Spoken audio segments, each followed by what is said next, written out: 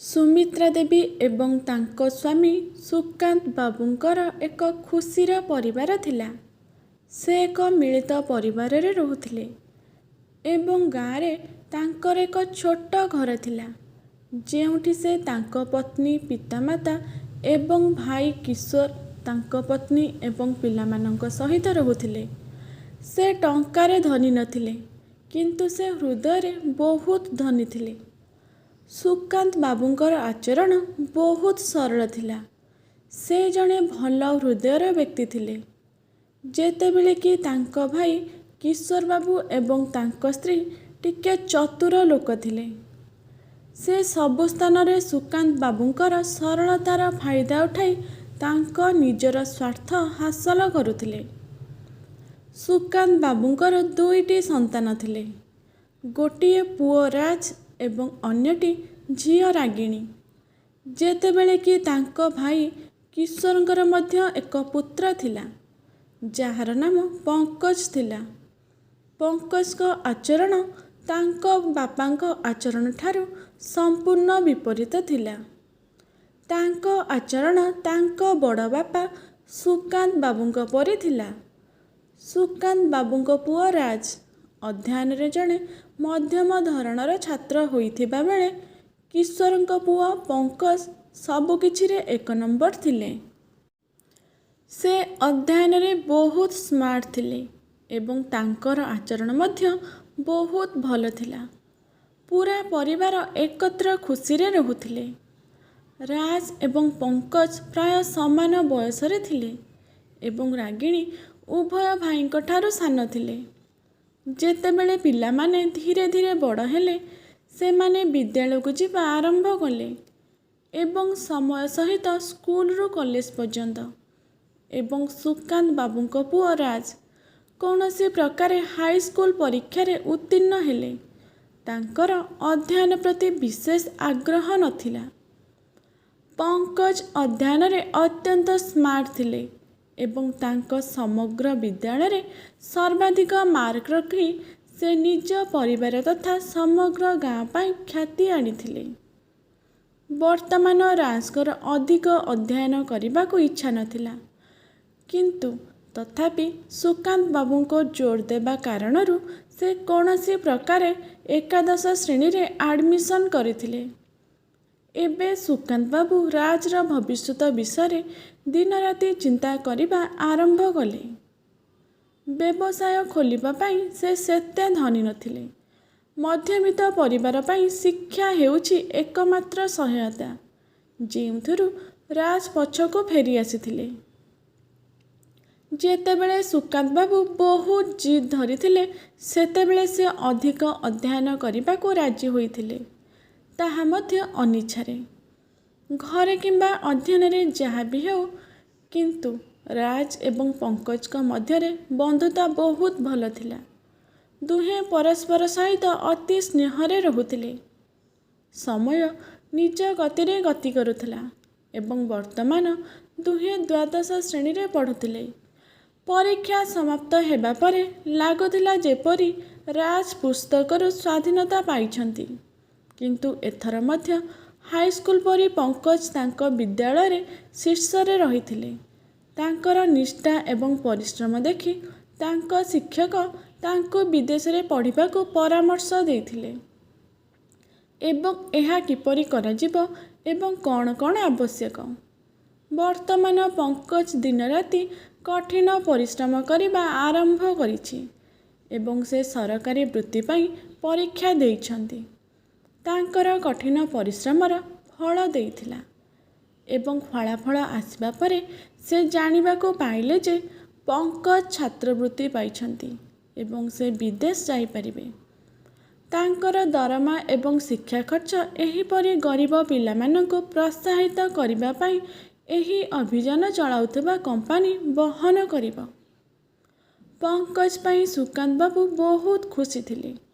ପଙ୍କଜ ମଧ୍ୟ ତାଙ୍କ ବଡ଼ ମା ଏବଂ ବଡ଼ ବାପାଙ୍କୁ ବହୁତ ଭଲ ପାଉଥିଲେ, କିନ୍ତୁ ସୁକାନ୍ତ ବାବୁଙ୍କ ମନରେ କୌଣସି ନା କୌଣସି ସ୍ଥାନରେ ତାଙ୍କ ପୁଅର ଭବିଷ୍ୟତ ବିଷୟରେ ଚିନ୍ତା ରହିଥିଲା। ସେ ରାଜକୁ ବହୁତ ବୁଝାଇବାକୁ ଚେଷ୍ଟା କରିଥିଲେ, କିନ୍ତୁ ରାଜ କିଛି ବୁଝୁନଥିଲେ ଏବଂ ସେ ତାଙ୍କ ପୁସ୍ତକରୁ ଦୂରେଇ ଯାଇ ଅଧ୍ୟୟନ ବନ୍ଦ କରିଦେଇଥିଲେ। ଅନ୍ୟପକ୍ଷରେ ପଙ୍କଜ ବର୍ତ୍ତମାନ ବିଦେଶ ଯାଇଛନ୍ତି। ପଙ୍କଜଙ୍କ ଅଧ୍ୟୟନ ପ୍ରାୟ 3 ବର୍ଷ ମଧ୍ୟରେ ଶେଷ ହେବାର ଥିଲା ଏବଂ ଏହା ଏବେ 1 ବର୍ଷ ବିତି ଯାଇଥିଲା। ଦିନେ ତାଙ୍କ ପିତାମାତା କିଛି ଦୂର ସମ୍ପର୍କୀୟଙ୍କ ବିବାହକୁ ଯାଇଥିଲେ।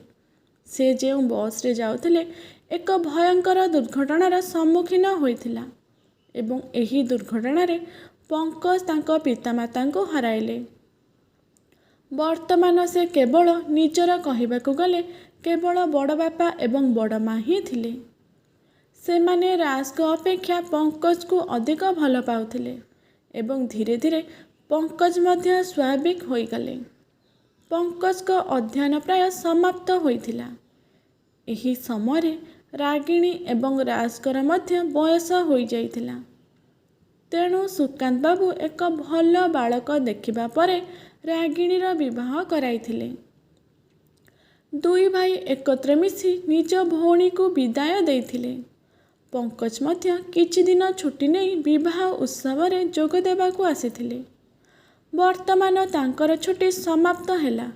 ସେ ବିଦେଶ ଗଲେ ଏବଂ ରାଗିଣୀ ବିବାହ ସରିଯାଇଥିଲା। ସୁକାନ୍ତ ବାବୁ ଏବଂ ତାଙ୍କ ପତ୍ନୀ ମଧ୍ୟ ବୃଦ୍ଧ ହୋଇଯାଇଥିଲେ। ସୁକାନ୍ତ ବାବୁଙ୍କର ପତ୍ନୀ ସୁମିତ୍ରା ଦେବୀ ଅଧିକାଂଶ ସମୟରେ ଅସୁସ୍ଥ ରହୁଥିଲେ। ସେ ଘର କାମ କରିବା ଏବଂ ଏହାପରେ ପ୍ରତିଦିନ ରୋଷେଇ ବହୁତ କଷ୍ଟରେ କରୁଥିଲେ। ରାଗିଣୀ ସେଠାରେ ଥିବା ପର୍ଯ୍ୟନ୍ତ ସେ ତାଙ୍କୁ ସାହାଯ୍ୟ କରୁଥିଲେ, ତେଣୁ ସେ ଏ ବିଷୟରେ ମଧ୍ୟ ଜାଣିନଥିଲେ। କିନ୍ତୁ ବର୍ତ୍ତମାନ ରାଗିଣୀଙ୍କ ବିବାହ ପରେ ପ୍ରତ୍ୟେକ ଘର କାମ କରିବା ତାଙ୍କ ପାଇଁ କଷ୍ଟସାଧ୍ୟ ହୋଇପଡ଼ିଥିଲା। ଏବେ ସେ ତାଙ୍କ ସ୍ୱାମୀଙ୍କୁ କହିଲେ ଯେ ମୁଁ ବୃଦ୍ଧ ହୋଇଗଲିଣି, ମୁଁ ଆଉ ଘରୋଇ କାମ କରିପାରିବି ନାହିଁ। ତୁମେ ଯାହା ବି ହେଉ ତାହା କରି ରାଜର ବିବାହ କରିଦିଅ। ଅନ୍ତତଃପକ୍ଷେ ବୋହୂ ଆସିବା ପରେ ସେ 2 ଓଳି ପାଇଁ ରୋଷେଇ ପ୍ରସ୍ତୁତ କରିବ ତ। ଏମିତିରେ ବି ମୁଁ ଏତେ ଅସୁସ୍ଥ ରହୁଛି ଏବଂ ଅସୁସ୍ଥ ଥିବାବେଳେ ମୁଁ କେବେ ମରିଯିବି କିଏ ଜାଣିଲା। ମୁଁ ଯିବା ପରେ ବୋହୂ ତୁମକୁ ରୋଷେଇ କରିକି ଦେବ। ସୁମିତ୍ରା ଦେବୀଙ୍କ କଥା ଶୁଣିବା ପରେ ସୁକାନ୍ତ ବାବୁ ତାଙ୍କୁ ଅତି ତୀବ୍ର ଗାଳି ଦେଲେ। ତୁମେ କେଉଁ ପ୍ରକାରର ନିର୍ବୋଧ କଥା କହୁଛ? ମୁଁ ତୁମ ବିନା କ୍ଷଣିକ ପାଇଁ ବଞ୍ଚିବାକୁ ଚିନ୍ତା କରିପାରିବି ନାହିଁ। ନିର୍ବୋଧ କଥା କୁହ ନାହିଁ। ମୋତେ ତୁରନ୍ତ କୁହ ଯେ ତୁମେ ଏହି ଘରେ ଏକ ବୋହୂ ଚାହୁଁଛ। ବର୍ତ୍ତମାନ ତୁମେ ମୋତେ ଗୋଟିଏ କଥା କୁହ, ରାଜ ଯଦି କିଛି କାମ ନ କରେ ମୁଁ କିପରି କାହାର ଝିଅର ହାତ ମାଗିବି? ଏପରିକି ଝିଅର ପରିବାର ମଧ୍ୟ ପୁଅ କ'ଣ କରୁଛି ବୋଲି ପଚାରିବେ। ଯଦି ସେ ଅଧ୍ୟୟନ କରିଥାନ୍ତା ସେ ସହରକୁ ଯାଇ ଭଲ ଚାକିରି ପାଇଥାନ୍ତା।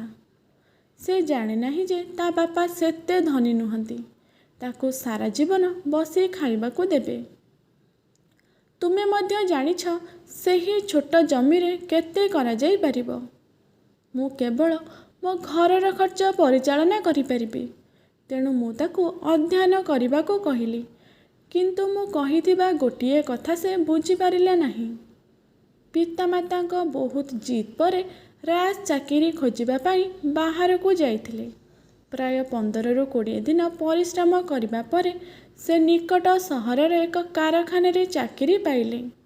ଦରମା ମଧ୍ୟ ଭଲ ଥିଲା। ମାସକୁ 10-12 ହଜାର ଟଙ୍କା ଦେଉଥିଲେ। ବର୍ତ୍ତମାନ ରାଜ ମଧ୍ୟ କାମ କରିବାକୁ ଲାଗିଲେ। ସେ ସମ୍ପୂର୍ଣ୍ଣ ଉତ୍ସର୍ଗୀକୃତ ଭାବରେ ନିଜ କାମ କରୁଥିଲେ। ସେ ସକାଳେ ନିଜ ଘରୁ ତାଙ୍କ କାରଖାନାକୁ ଯାଇ ସନ୍ଧ୍ୟାରେ ସେଠାରୁ ଫେରୁଥିଲେ।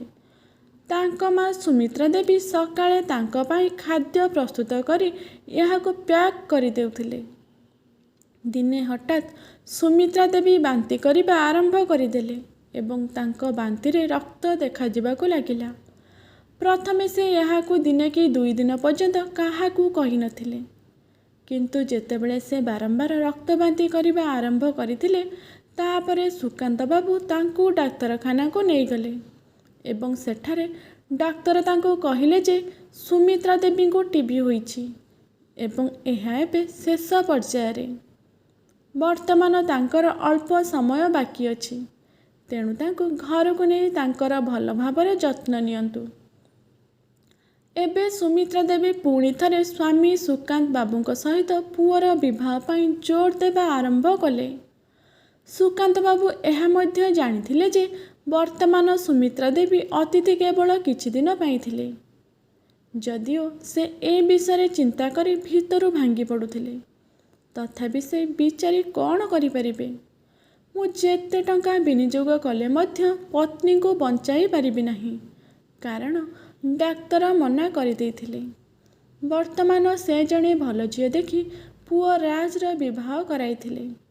ଅନ୍ୟପକ୍ଷରେ ପଙ୍କଜ ମଧ୍ୟ ଅଧ୍ୟୟନ ସମାପ୍ତ କରିଥିଲେ, କିନ୍ତୁ କୌଣସି କାରଣରୁ ସେ ତାଙ୍କ ଭାଇଙ୍କ ବିବାହକୁ ଆସିପାରି ନଥିଲେ।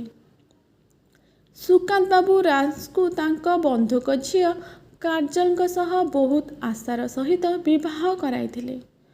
ରାଜଙ୍କ ବିବାହର କିଛି ମାସ ପରେ ସୁମିତ୍ରା ଦେବୀଙ୍କର ଦେହାନ୍ତ ହେଲା ଏବଂ ସେ ଏହି ଜଗତକୁ ସବୁଦିନ ପାଇଁ ଛାଡ଼ି ଚାଲିଗଲେ।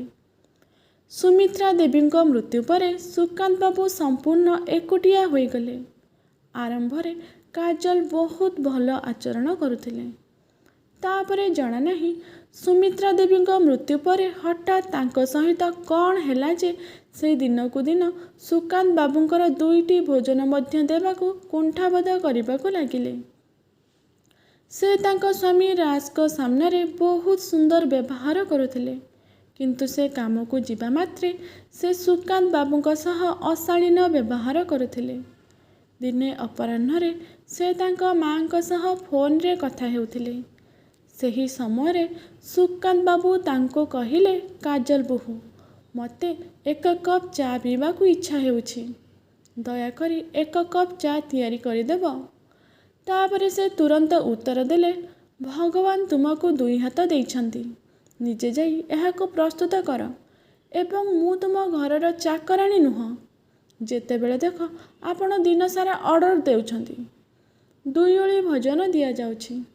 ଏହା କମ୍ ନୁହେଁ ଯେ ମୁଁ ତୁମର ଆଦେଶ ଅନୁଯାୟୀ ଚଳିବି। ରୋଷେଇ ଘରକୁ ଯାଅ ଏବଂ ଚା ତିଆରି କର ଏବଂ ହଁ, ମୋ ପାଇଁ ମଧ୍ୟ 1 କପ୍ ତିଆରି କରିବ।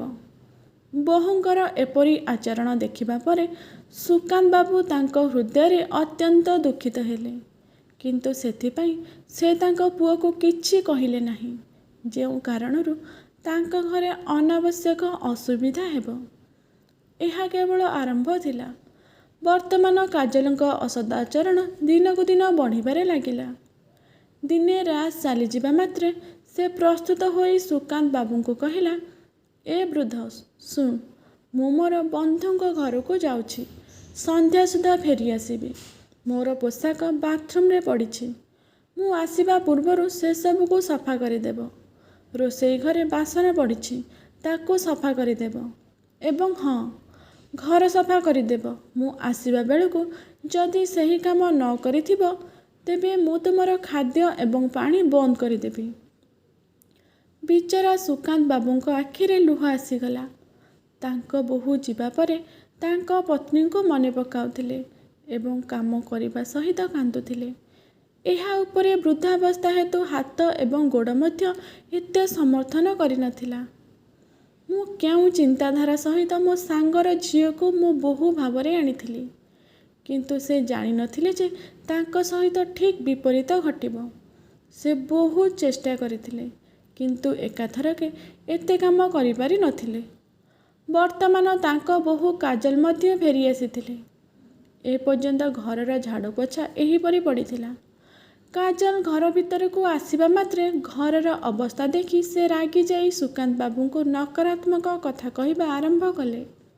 ସେ ଏତେ ରାଗିଗଲେ ଯେ ସେ କ'ଣ କହୁଛନ୍ତି ଏବଂ କ'ଣ ନୁହଁ ସେ ବିଷୟରେ ମଧ୍ୟ ଜାଣିନଥିଲେ।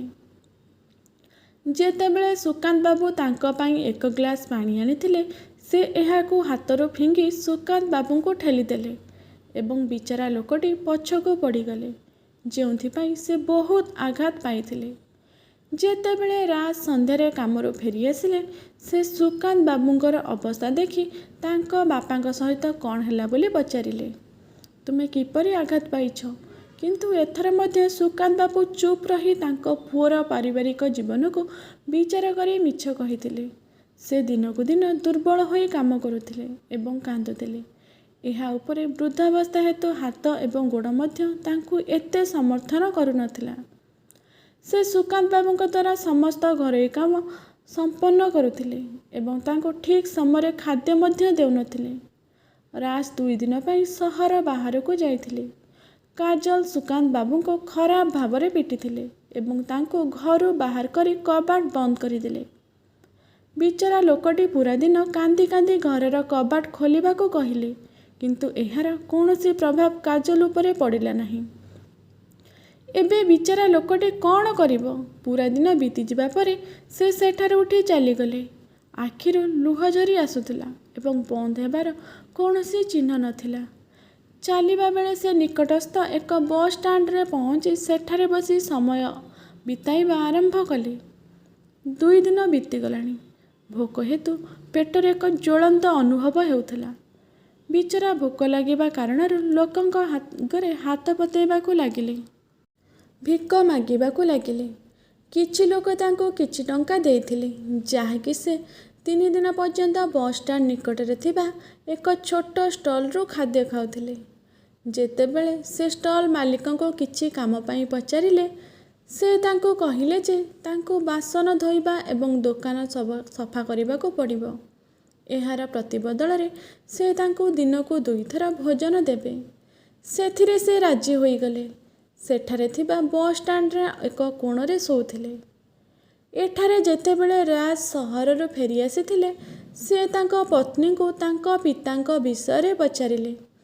ତାପରେ ତାଙ୍କ ପତ୍ନୀ କହିଲେ ଯେ ତାଙ୍କ ପିତାଙ୍କ ଜଣେ ବନ୍ଧୁ ଆସିଛନ୍ତି ଏବଂ ସେ ତାଙ୍କ ସହ 10-12 ଦିନ ତୀର୍ଥସ୍ଥାନ ପରିଦର୍ଶନ କରିବାକୁ ଯାଇଛନ୍ତି। ସେ କହିଲେ ଯେ ବ୍ୟସ୍ତ ହୁଅ ନାହିଁ, ସେ ଶୀଘ୍ର ଫେରିଆସିବେ। ଏଠାରେ ପଙ୍କଜ ଏକ କମ୍ପାନୀରେ ଏକ ସାକ୍ଷାତକାର ଦେଇଥିଲେ ଏବଂ ସେ ସେହି କମ୍ପାନୀରେ ଏକ ଭଲ ପଦବୀରେ ମନୋନୀତ ହୋଇଥିଲେ ଏବଂ ସେ ହଠାତ୍ ତାଙ୍କ ବଡ଼ ବାପା, ଭାଇ ଏବଂ ଭାଉଜଙ୍କୁ ଆଶ୍ଚର୍ଯ୍ୟ କରିବାକୁ ଆସିଥିଲେ। ଯେତେବେଳେ ସେ ଘରେ ପହଞ୍ଚିଲେ, ତାହା ସକାଳର ସମୟ ଥିଲା। ସେ କ୍ଳାନ୍ତ ଅନୁଭବ କରୁଥିଲେ। ଯେତେବେଳେ ସେ ବସ୍ରୁ ଓହ୍ଲାଇଥିଲେ, ସେ ଭୋକିଲା ଥିବାରୁ ସେ ସେହି ଷ୍ଟଲରେ ପହଞ୍ଚିଲେ। ତେଣୁ ସେ ଭାବିଲେ ଚାହା ପିଇବା ପରେ ଘରକୁ ଯିବି। ବର୍ତ୍ତମାନ ସେ ଚାହା ବିକ୍ରେତାଙ୍କୁ କହିଲେ, ଭାଇ, ମୋତେ ଗୋଟେ କପ୍ ଚା ଦିଅ। ଯେତେବେଳେ ସେ ଚାହା ଦେଲେ, ପଙ୍କଜ ଅନ୍ୟ ଦିଗକୁ ଚାହିଁଲେ। ସେ ସେହି ବୃଦ୍ଧଙ୍କ ମୁହଁ ଦେଖିପାରିଲେ ନାହିଁ, କିନ୍ତୁ ସେହି ବୃଦ୍ଧଙ୍କୁ ପଛରୁ ଦେଖି ସେ ତାଙ୍କ ବଡ଼ ବାପାଙ୍କୁ ମନେ ପକାଇଲେ। ସେ ବୁଲିପଡ଼ି ଦେଖିଲେ ଯେ ବୃଦ୍ଧ ଜଣକ ନାହାନ୍ତି। ସେଠାରେ ସେ ସବୁଆଡ଼େ ଚାହିଁଲେ, କିନ୍ତୁ ପାଇଲେ ନାହିଁ। ତେଣୁ ଚା ପିଇବା ପରେ ସେ ଶୀଘ୍ର ଘରକୁ ଗଲେ ଏବଂ ଘରେ ପହଞ୍ଚିବା ପରେ ଦେଖିଲେ ରାଜ ଡ୍ୟୁଟି ଯିବାକୁ ପ୍ରସ୍ତୁତ ହେଉଛି। ପଙ୍କଜକୁ ହଠାତ୍ ଦେଖି ରାଜ ଆଶ୍ଚର୍ଯ୍ୟ ହୋଇଗଲେ ଏବଂ ଆନନ୍ଦରେ ଡେଇଁପଡ଼ି ତାଙ୍କୁ ଆଲିଙ୍ଗନ କଲେ। ଆରେ ପଙ୍କଜ, ତୁ ମୋତେ ମଧ୍ୟ କହିନାହୁଁ ଯେ ତୁ ଆସିବୁ ବୋଲି। ହଁ ଭାଇ, ଏହା ଏହିପରି ଥିଲା। ମୁଁ ଭାବିଲି ମୁଁ ତୁମକୁ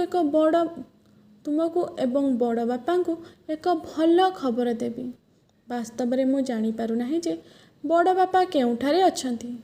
ଯେତେବେଳେ ପଙ୍କଜ ପଚାରିଲେ, ରାଜ କହିଲେ ଯେ ବାପା ତାଙ୍କର ଜଣେ ବନ୍ଧୁଙ୍କ ସହ ତୀର୍ଥସ୍ଥାନ ପରିଦର୍ଶନ କରିବାକୁ ଯାଇଛନ୍ତି। ତୋ ଭାଉଜ ମୋତେ କହୁଥିଲା। ମୁଁ ଏଠାରେ ନଥିଲି। ଠିକ୍ ଅଛି, ତୁ ବସ୍, ମୁଁ କାରଖାନା ଯାଉଛି, ଶୀଘ୍ର ଫେରିଆସିବି। ଏବଂ ରାଜ ଚାଲିଗଲେ। ପଙ୍କଜ ଏହା ହଜମ କରିପାରି ନଥିଲେ ଯେ ତାଙ୍କ ବଡ଼ ବାପା ହଠାତ୍ କେଉଁଠାକୁ ଯାଇଥିବେ। ପଙ୍କଜ ଚାହା ଏବଂ ଜଳଖିଆ ଖାଇବା ପରେ ସତେଜ ହୋଇ ଶୋଇପଡ଼ିଲେ। କିନ୍ତୁ ଜଣାନାହିଁ କାହିଁକି ଏହି ଚିନ୍ତାଧାରା ତାଙ୍କ ମନରେ ବାରମ୍ବାର ଘୂରି ବୁଲୁଥିଲା ଯେ ବସ୍ ଷ୍ଟାଣ୍ଡରେ ତାଙ୍କୁ ଦେଖିଥିବା ବ୍ୟକ୍ତି ତାଙ୍କ ବଡ଼ ବାପା ପରି ଦେଖାଯାଉଥିଲା। ଯେତେବେଳେ ସେ ଆଖି ଖୋଲିଲେ, ତୃଷ୍ଣା ଅନୁଭବ କଲେ। ସେ ଉଠିଗଲେ ଏବଂ ପାଣି ପିଇବା ପାଇଁ ରୋଷେଇ ଘରକୁ ଯାଉଥିଲେ। ସେଠାରେ ସେ ଦେଖିଲେ ଯେ ତାଙ୍କ ଭାଉଜ ଫୋନରେ କାହା ସହିତ କଥାବାର୍ତ୍ତା ହେଉଥିଲେ। ସେ ପଚାରିବା ପାଇଁ ସେଠାରେ ପହଞ୍ଚିଲେ। ସେ ଯାହା ଶୁଣିଲେ ସେଥିରେ ସେ ଆଶ୍ଚର୍ଯ୍ୟ ହୋଇଗଲେ। ସେ ସେଠାରୁ ସିଧା ବସ୍ ଷ୍ଟାଣ୍ଡ ଆଡ଼କୁ ଦୌଡ଼ିଯାଇ ରାଜକୁ ସେଠାକୁ ଆସିବାକୁ କହିଲା। ସେଠାରେ ଥିବା ଚାହା ଷ୍ଟଲରେ ପହଞ୍ଚିବା ପରେ ସେ ଦେଖିଲେ ଯେ ବୃଦ୍ଧ ଜଣକ ସେଠାରେ ଥିବା ଲୋକଙ୍କଠାରୁ ବାସନ ଉଠାଇ ଟେବୁଲ ସଫା କରୁଛନ୍ତି। ଯେତେବେଳେ ସେ ବୃଦ୍ଧଙ୍କ କାନ୍ଧରେ ହାତ ରଖି ପଛକୁ ଦେଖିଲେ, ବୃଦ୍ଧ ଜଣକ ସୁକାନ୍ତ ବାବୁଙ୍କ ବ୍ୟତୀତ ଆଉ କେହି ନୁହନ୍ତି। ତାଙ୍କୁ ଦେଖି ପଙ୍କଜ କାନ୍ଦିବାକୁ ଲାଗିଲା ଏବଂ କାନ୍ଦିବା ବେଳେ ତାଙ୍କୁ ଆଲିଙ୍ଗନ କଲା। ହଠାତ୍ ପଙ୍କଜକୁ ଦେଖିବା ପରେ ସୁକାନ୍ତ ବାବୁ ମଧ୍ୟ ଅତ୍ୟନ୍ତ ଭାବପ୍ରବଣ ହୋଇଗଲେ। ଅନ୍ୟପକ୍ଷରେ ରାଜ ମଧ୍ୟ ସେଠାରେ ପହଞ୍ଚିଥିଲେ। ଯେତେବେଳେ ସେ ତାଙ୍କ ପିତାଙ୍କୁ ଏହି ଅବସ୍ଥାରେ ଦେଖିଲେ, ଏସବୁ କ'ଣ ହୋଇଥିଲା ସେ କିଛି ବୁଝିପାରିଲେ ନାହିଁ। ସେ ତାଙ୍କ ପିତାଙ୍କ ନିକଟରେ ପହଞ୍ଚି ତାଙ୍କୁ ଆଲିଙ୍ଗନ କରି ବହୁତ କାନ୍ଦିଲେ। ବାପା, ତୁମେ କେମିତି ଅଛ? କାଜଲ ତ କହୁଥିଲା ତୁମେ ବୁଲିବାକୁ ଯାଇଛ। ଏହାପରେ ମଧ୍ୟ ସୁକାନ୍ତ ବାବୁ କିଛି କହିନଥିଲେ। ପଙ୍କଜ କହିଲା, ଭାଇ, ଏହି ଭିଡ଼ିଓ ଦେଖ। ଭାଉଜ ତୁମକୁ ମିଛ କହିଛନ୍ତି। ତାଙ୍କର ସମସ୍ତ ସତ୍ୟ ଏହି ଭିଡ଼ିଓରେ ଅଛି। ଏବଂ ଯେତେବେଳେ ରାଜ କାଜଲଙ୍କ ସମସ୍ତ କଥା ଶୁଣିଲେ, ସେ କ୍ରୋଧିତ ହେଲେ। ବାସ୍ତବରେ ଯେତେବେଳେ କାଜଲ ତାଙ୍କ ମା ସହିତ ଫୋନରେ କଥା ହେଉଥିଲେ, ପଙ୍କଜ ସେ ଯାହା କହୁଥିଲେ ତାହା ଶୁଣିଥିଲେ ଏବଂ ଏହାର ଭିଡ଼ିଓ ମଧ୍ୟ କରିଥିଲେ। ତିନି ଜଣ ଘର ଆଡ଼କୁ ଗଲେ ଏବଂ ଘରେ ପହଞ୍ଚିବା ପରେ ରାଜ କ୍ରୋଧରେ କାଜଲଙ୍କୁ ଡାକିଲେ। କାଜଲ, ତୁମେ କେଉଁଠାରେ? ତୁମେ ବାହାରକୁ ଆସ। ସେଠାରୁ କାଜଲ କହିଲା, କ'ଣ ହେଲା? ମୁଁ ଆସୁଛି। ତୁମେ ଏତେ ପାଟି କରୁଛ କାହିଁକି? ଏହା କହିବା ମାତ୍ରେ ରାଜ କାଜଲଙ୍କ ଗାଲରେ ଜୋରରେ 5-6 ଚାପୁଡ଼ା ଦେଇଥିଲେ। ସେ ତାଙ୍କୁ ଘରୁ ବାହାର କରିଦେଲେ। ମୁଁ ଭାବିଲି ତୁମେ ମୋ ପିତାମାତାଙ୍କର ତୁମ ନିଜ ପିତାମାତାଙ୍କ ପରି ଯତ୍ନ ନେଉଛ। ମୁଁ କିପରି ଜାଣିବି ମୋର ନିଜ ପିତା ମୋ ଘରକୁ ବଞ୍ଚାଇବା ପାଇଁ ସେ ମୋ ଠାରୁ ଏତେ ବଡ଼ ଜିନିଷ ଲୁଚାଇବେ? ତୁମେ ତାଙ୍କ ଉପରେ ଏତେ ଅତ୍ୟାଚାର କରିଛ ଏବଂ ସେ ଆଜି ପର୍ଯ୍ୟନ୍ତ ମୋତେ କିଛି କହିନାହାନ୍ତି। ଯଦି ପଙ୍କଜ ଏଠାକୁ ଆସିନଥାନ୍ତା, ତେବେ ମୁଁ ତୁମ ଦ୍ୱାରା କୁହାଯାଇଥିବା ମିଥ୍ୟା ଉପରେ ବିଶ୍ୱାସ କରି ମୋ ଜୀବନ ସାରା ବଞ୍ଚିଥାନ୍ତି। ମୋ ଜୀବନରୁ ବାହାରି ଯାଅ। ଏହି ଘରେ ତୁମ ପାଇଁ କୌଣସି ସ୍ଥାନ ନାହିଁ। କାଜଲ କାନ୍ଦିବାକୁ ଲାଗିଲେ ଏବଂ ରାଜକୁ ହାତ ଯୋଡ଼ିବାକୁ ଲାଗିଲା। ଏହା ମୋର ଭୁଲ ଥିଲା। ରାଜ, ଦୟାକରି ମୋତେ କ୍ଷମା କରନ୍ତୁ। କିନ୍ତୁ ରାଜ ତାଙ୍କୁ କ୍ଷମା କରିନଥିଲେ ଏବଂ ଘରର କବାଟ ବନ୍ଦ କରିଦେଲେ। କାଜଲ ଏବେ ମଧ୍ୟ ତାଙ୍କ ମାଙ୍କ ଘରେ ରହୁଛନ୍ତି। ପଙ୍କଜ ଦୁହିଁଙ୍କୁ ସାଙ୍ଗରେ ନେଇ ସହରକୁ ଚାଲିଗଲେ। ସେଠାରେ ଏକ ସୁନ୍ଦର ଝିଅ ଦେଖି ସୁକାନ୍ତ ବାବୁ ପଙ୍କଜକୁ ବିବାହ କରାଇଥିଲେ। ଅନ୍ୟପକ୍ଷରେ ପଙ୍କଜ ମଧ୍ୟ ରାଜକୁ ଏକ ଛୋଟ ବ୍ୟବସାୟ ଆରମ୍ଭ କରାଇ ଦେଇଥିଲେ, ଯାହା ବହୁତ ଭଲ ଚାଲୁଥିଲା। ତାଙ୍କର ଗୋଟିଏ ଭୁଲ ହେତୁ ଆଜି କାଜଲ ନିଜ ଭାଉଜ ଏବଂ ଭାଇଙ୍କ ଅପମାନକୁ ଦିନରାତି ତାଙ୍କ ପିତାମାତାଙ୍କ ଘରେ ଶୁଣୁଛନ୍ତି ଏବଂ ଅନୁତାପର ନିଆଁରେ ଜଳୁଥିବା ବେଳେ ରାଜ ଏବଂ ପଙ୍କଜ ତାଙ୍କ ବାପାଙ୍କ ସୁରକ୍ଷା ଅଧୀନରେ ଅଛନ୍ତି। ସୁକାନ୍ତ ବାବୁ ତାଙ୍କର ଦୁଇ ପୁଅଙ୍କ ସହିତ ବହୁତ ଖୁସିରେ ଜୀବନ ବିତାଉଛନ୍ତି। ବନ୍ଧୁଗଣ, ପିତାମାତାଙ୍କ ହୃଦୟର ଆଶୀର୍ବାଦ ଠାରୁ ଦୁନିଆର ଅଧିକ ବଡ଼ ଆଶୀର୍ବାଦ ନାହିଁ। ଯଦି ଆପଣ ଏହା ପାଆନ୍ତି, ତେବେ ବୁଝନ୍ତୁ ଯେ ତୁମେ ସମସ୍ତ ଧନ ପାଇଛ। କିନ୍ତୁ ଯଦି ପିତାମାତାଙ୍କ ହୃଦୟ କାନ୍ଦୁଛି, ତେବେ ସେମାନଙ୍କର ପିଲାମାନେ କଦାପି ଖୁସି ହୋଇପାରିବେ ନାହିଁ। ପିତାମାତାଙ୍କୁ ସମ୍ମାନ କର। ସେମାନଙ୍କୁ ଯେକୌଣସି ପରିସ୍ଥିତିରେ ସମ୍ମାନ କରାଯିବା ଉଚିତ।